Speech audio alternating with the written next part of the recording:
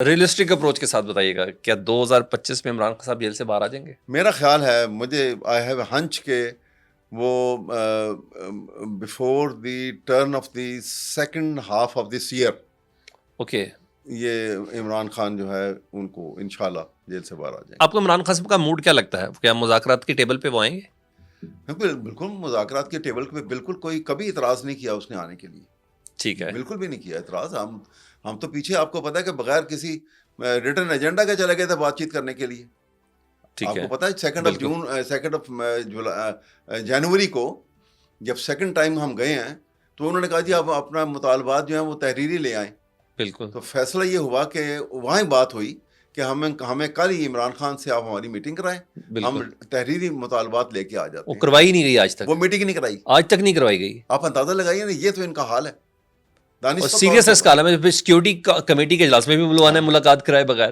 اچھا سر یہ بتائیں، یہ جو نہروں والا ایک مسئلہ چل رہا ہے، پیپلز پارٹی نے خیر اب اس میں کافی نالا نظر آ رہی ہے. وہ کہتے ہیں یہ چولستان آباد کرنے کی نا، یہ جو نہر ہے محفوظ شہید کینال، یہ نہیں بننی چاہیے. آپ سمجھتے ہیں کہ پیپلز پارٹی کی انڈرسٹینڈنگ سے ہی یہ سب کچھ ہوا ہے کہ واقعی حکومت کوئی گیم کر رہی ہے، اسٹیبلشمنٹ کوئی گیم کر رہی ہے؟ نہیں، میرا نہیں خیال. پیپل پارٹی کی انڈرسٹینڈنگ سے نہیں ہو سکتا یہ کبھی بھی. ٹھیک ہے، یہ یونیلیٹرلی انہوں نے کیا ہے. ٹھیک ہے، اور یہ ان کی عادت ہے کہ یہ فیصلے خود ہی کر لیتے ہیں، بعد میں جا کے پاؤں پکڑنے کی کوشش کرتے ہیں. ٹھیک ہے. اور عرفان صدیقی صاحب کہتے ہیں آصف علی زرداری صاحب سگنیٹری ہیں جی. نہیں جی، سگنیٹری تو ایز پریزیڈنٹ اس نے کر دیے ہوں گے نا، وہ ٹھیک تو ہے، اب اس کی ڈیٹیل جب سامنے آئی ان کے. ٹھیک ہے، اور دیکھیے نا، یہاں سے آپ ان کے جھوٹ کا اندازہ لگا لیجئے. کہتے ہیں کہ جی وہ تو جو 6 کنال بن رہی ہیں چولستان کے لیے، وہ تو ہم اس میں انڈس کا پانی استعمال نہیں کر رہے، وہ تو ہم استعمال کر رہے ہیں ستلج، دریائے ستلج کا پانی. سنا آپ نے یہ؟ میرے لیے بالکل یہی سنیے، چیز ہے. اب میں آپ کو یہ بتاؤں، دریائے ستلج کا کوئی پانی نہیں ہے، اس بالکل لیے کہ یہ انڈس واٹر ٹریٹی جو تھا انڈیا کے ساتھ، ٹھیک ہے، اس ستلج راوی جو ہے یہ ٹوٹل پانی ان کا ہے. بالکل ایسا ہی ہے، راوی بھی آپ کو دیکھو، راوی میں پانی نہیں ہے. بالکل نہیں ہے. اسی طرح ستلج کے اندر وہاں آپ چلے جائیں تو چھپڑ ہے، اگر بارڈر پہ چلے جائیں بالکل تو صحیح آپ کہہ رہے کو ہیں، نظر آ جائے گا کہ وہاں اسٹیگنٹ کھڑا پانی نظر آئے گا، بالکل ایسا تھوڑا سا. بالکل وہ نہر چلانے کا پانی تو نہیں ہے نا. صحیح کہہ رہے ہیں، صحیح کہہ رہے ہیں. یہ اسی طرح سے جھوٹ ہے جیسے انہوں نے 9 مئی کے واقعے کے اوپر شہباز شریف صاحب نے ٹی وی پہ کہا تھا کہ جی وہ اس کا ایم ایم عالم کا جہاز بھی جلا دیا انہوں نے. آپ نے بھی سنا ہوگا. جی بالکل بالکل. وہ ایم ایم عالم کا جہاز جو ہے ابھی بھی محفوظ ہے کراچی کے میوزیم کے اندر. ہاں وہ اس کا ایک کوئی جیسے کاپی شاپی شبی وغیرہ تھی وہ بنائی ہوئی تھی. اور یہ وہ F-86 جو تھے ریڈنڈنٹ ہو گئے تھے، ختم ہو گئے تھے. ٹھیک ہے، وہ ہر جگہ پہ چوک پہ لگا دیے تھے انہوں نے. ٹھیک ہے، ٹھیک ہے.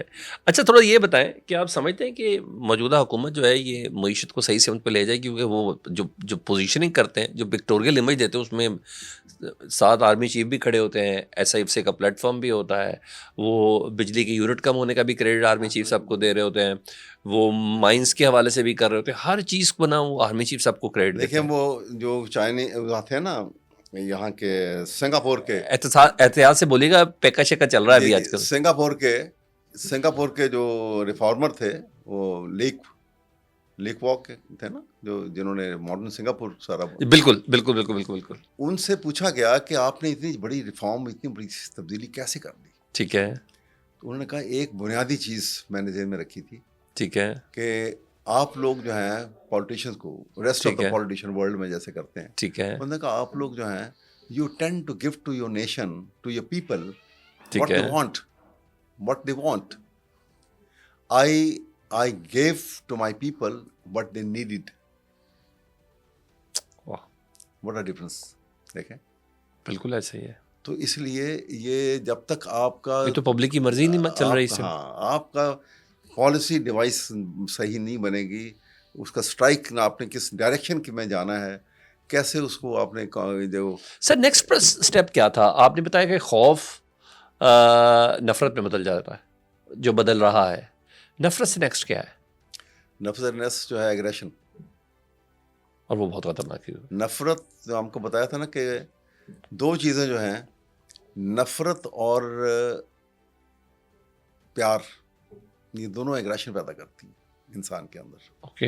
Okay next. اچھا نیکسٹ اسٹیپ ایگریشن. بڑا سخت اس دن سے ڈرنا چاہیے ہمیں سب کو کیونکہ اس کے ساتھ جس دن یہ ہوا تو یہ لوگ جو بلو پاورٹی لائن زندگی گزار رہے ہیں جانوروں کی طرح، یہ ساتھ آ جائیں گے، کھڑے ہو جائیں گے، لوٹ مار شروع ہو جائے گی، انارکی پہلے بڑی ہوئی ہے.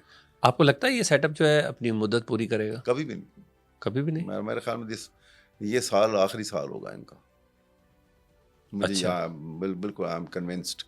چاہے یکجان دو قالب ہوں، چاہے سمپل ایک پیج ہو یا کچھ ہو. بالکل. بلکہ اسٹیبلشمنٹ کو اپنی ہیروشپ جو ہے اوریجنلی جو ہر پاکستانی فوج کو اپنا ہیرو سمجھتا ہے اور سمجھتا تھا، وہی دوبارہ سے ریسٹور ہونی چاہیے پاکستان میں. کیونکہ پاکستان میں غریب غربت کے باوجود ایک اسٹرانگ آرم فورسز جو ہے، یہ ترہ امتیاز ہے پاکستان کی غریب عوام کا. ٹھیک ہے. اس میں ان لوگوں نے اپنے چھوٹے چھوٹے نیفیریس ڈیزائن کو پورا کرنے کے لیے ان کو ہیرو سے ویلن بنانے کی کوشش کی ہے. اور خدا نہ کرے کہ وہ وقت آئے، یہ ہیرو کا امیج ان کا ریسٹور ہونا چاہیے. اس کے لیے کانشیسلی سم ایفرٹس جو ہیں ٹھیک ہے. وہ ملٹری اسٹیبلشمنٹ کو کرنی پڑیں گی. اچھا، دوسرا یہ بتائیے گا کہ ابھی پچھلے دنوں اعظم سواتی صاحب نے بھی کہا کہ جی ہم نے نہ تو مذاکرات کرنے کے لیے جو ہمارے آرمی چیف ہیں، ہم ان کے استاد تک سے رابطہ کیا تھا. سر واقعی اسٹیبلشمنٹ سے مذاکرات کے لیے پی ٹی آئی اتنی بے چین تھی؟ سواتی صاحب کوئی کریڈیبل آدمی نہیں ہے، اس لیے میں ان کی باتوں کے اوپر اوکے جو دیکھا نا، کلام پاک ہاتھ میں پکڑ کے بات سنا کہ یہ بھی کہا کہ جی میں حلفاً کہتا ہوں، میں حلف پہ کہہ رہا ہوں جی جی کہ عمران خان نے مجھے کہا کہ آپ سیکرٹلی یہ بات کریں. تو پھر آپ اتنی اوپن بات کر رہے ہو، حلف اٹھا کے کہہ رہے ہو، واو. تو پھر آپ سوچیں اس بندے کی کیا کریڈیبلٹی ہے. ٹھیک ہے. مگر سر یہ تو مجھے بڑا کنونسنگ ہے آپ کا آنسر.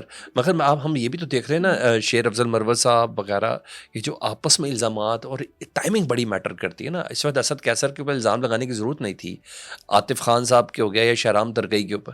تو یہ بھی تو کوئی بے لگامی بھی تو کوئی انتہا کی ہو گئی ہے نا سر. اس کے وجہ یہ ہے کہ ایجنسیز جو ہیں وہ اسی کام پہ تو لگی ہوئی ہیں نا کہ ان میں دراریں پڑیں، ان کو ہوا دیا جائے، ان کو پلے اپ کیا جائے، ان کی ایسی چھوٹی چھوٹی باتوں کو. ٹھیک ہے.